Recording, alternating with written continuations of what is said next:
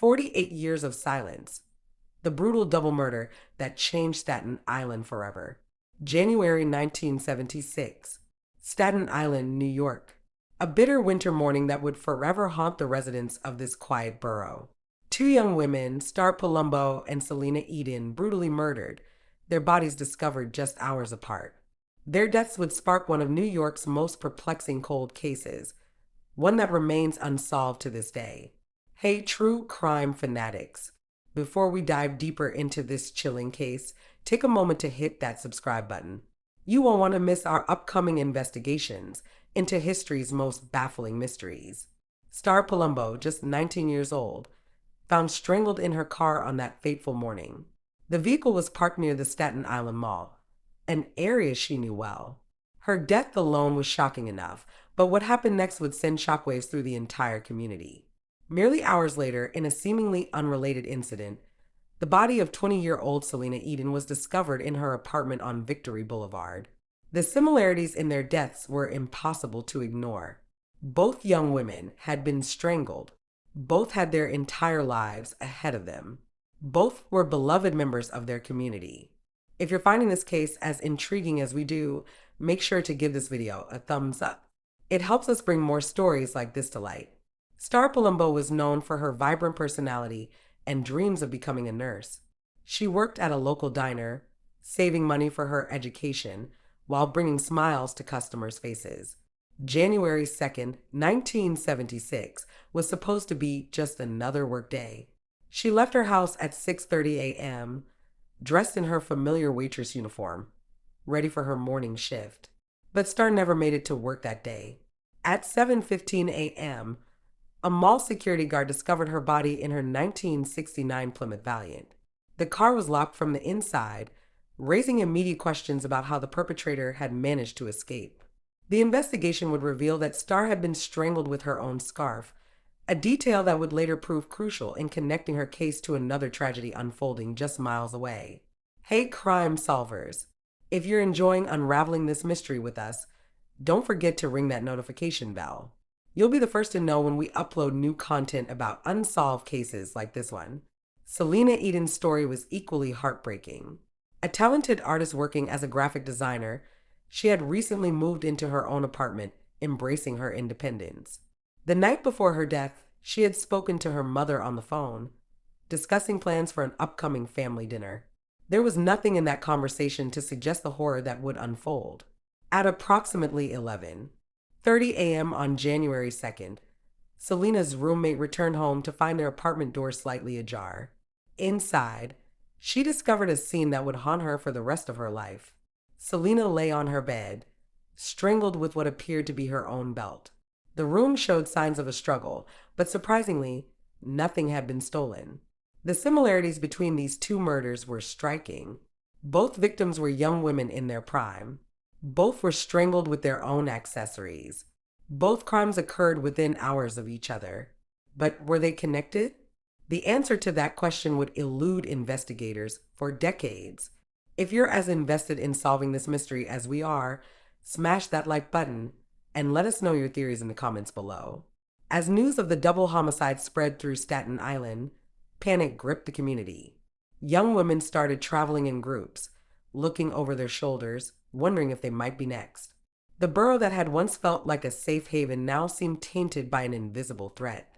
The investigation into the murders of Star Palumbo and Selena Edon would prove to be one of the most complex cases in Staten Island's history. Detective James Morrison, the lead investigator, described it as a puzzle where the pieces seemed to change shape every time we thought we had a match. Before we dive deeper into this investigation, if you're finding value in our detailed coverage of cold cases, please take a moment to subscribe. Your support helps us continue sharing these important stories. The first breakthrough came when forensic evidence revealed that both women had been killed between 6:30 a.m. and 8 a.m. on January 2nd, 1976. This narrow time window suggested something chilling. Either one person had committed both murders in rapid succession, or two killers had struck independently on the same morning, using similar methods. The investigation team worked tirelessly, interviewing hundreds of witnesses. They discovered that Star had stopped at a gas station just minutes before her death.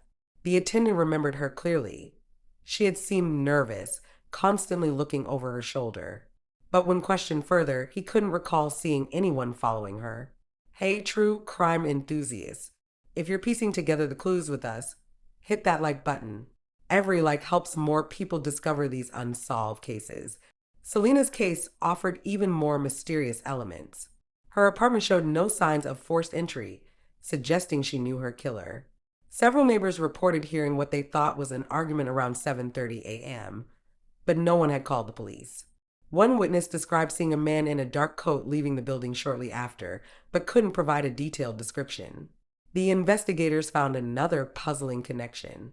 Both victims had recently reported feeling like they were being watched. Starr had told her sister about a car that seemed to follow her to work several times in December 1975.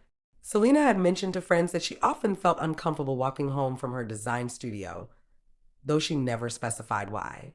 Crime analysts combed through similar cases in the tri-state area, looking for patterns. They discovered 3 other unsolved murders from 1974 to 1975 where young women had been strangled with their own accessories. However, DNA testing years later would prove these cases were unrelated, leading investigators back to square one. If you're as invested in this case as we are, make sure you're subscribed and have notifications turned on. We'll be covering more unexplained mysteries like this one. One of the most frustrating aspects of the investigation was the lack of physical evidence.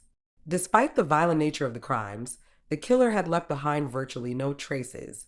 The only significant piece of evidence was a partial fingerprint found on Starr's car window, but it yielded no matches in any database. In 1977, a potential suspect emerged. A local man with a history of stalking women was questioned extensively. He had worked at the mall where Starr's body was found and lived just blocks from Selena's apartment. However, his alibi for the morning of January 2nd checked out, and he was eventually cleared. As we continue to unravel this mystery, take a second to give this video a thumbs up. It helps our content reach others who share our passion for true crime. The investigation took another turn when detectives discovered both women had visited the same coffee shop near the Staten Island ferry terminal in the week before their deaths. Security camera footage from nearby businesses was reviewed, but the quality was too poor to yield any useful information. Still, investigators couldn't shake the feeling that this connection might be significant. By 1980, the case had gone cold. Detective Morrison, who had spent countless sleepless nights working on it, admitted in an interview that the double murder had become his life's obsession. These girls deserve justice, he said, and somebody out there knows something they haven't told us. The murders of Starr Palumbo and Selena Edon left an indelible mark on Staten Island. The case that began on that cold January morning in 1976 would continue to haunt the borough for decades to come, reshaping its community and leaving countless questions unanswered. Before we explore the lasting impact of this case, if you're finding these detailed investigations valuable, please hit that subscribe button. Your support enables us to continue uncovering these important stories. The 1980s brought new hope as forensic science advanced. In 1985, detectives reopened the case, applying new techniques to the limited physical evidence they had. The partial fingerprint from Starr's car was run through an upgraded database system. The fibers found on both victims' clothing were re-examined using electron microscopy. Yet despite these efforts, no new leads emerged. The families of both women never gave up hope for justice. Starr's younger sister, Maria Palumbo, became an advocate for cold case investigations, establishing a support group for families of unsolved murder victims. Starr wasn't just my sister, she said in a 1990 interview. She was a symbol of all the voices that have been silenced, waiting to be heard. If you're finding this story as powerful as we do, give this video a thumbs up. It helps spread awareness about these unsolved cases. Selena's mother, Dorothy Edon, kept her daughter's memory alive through art. She established a scholarship in Selena's name at the School of Visual Arts in New York City, helping young artists pursue their dreams, the same dreams her daughter never got to fulfill.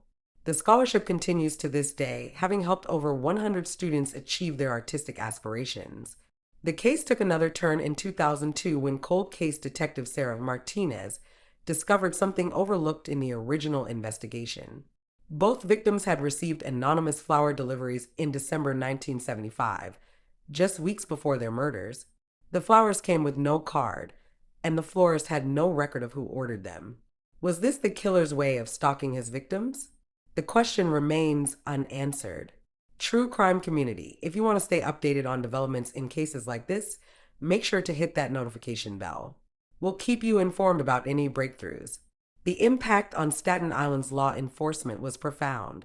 The case led to several changes in how the NYPD handled multiple homicides occurring within short time frames. New protocols were established for cross-referencing similar cases, and communication between precincts was enhanced.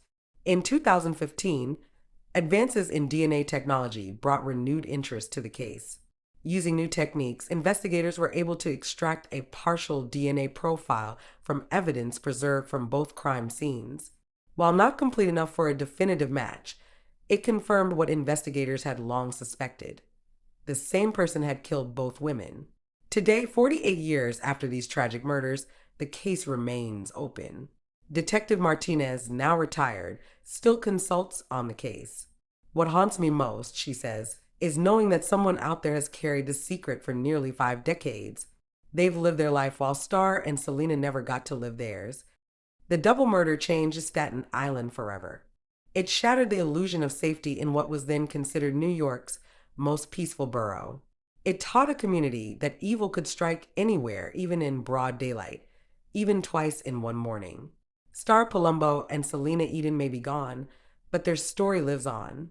Their death sparked changes in law enforcement, created support systems for victims' families, and reminded us all that every unsolved case represents not just a crime, but a wound in our society that needs healing. If this story has moved you as it has moved so many others, please take a moment to like, subscribe, and share. Together, we can keep their memories alive and maybe, just maybe, help bring justice to their families.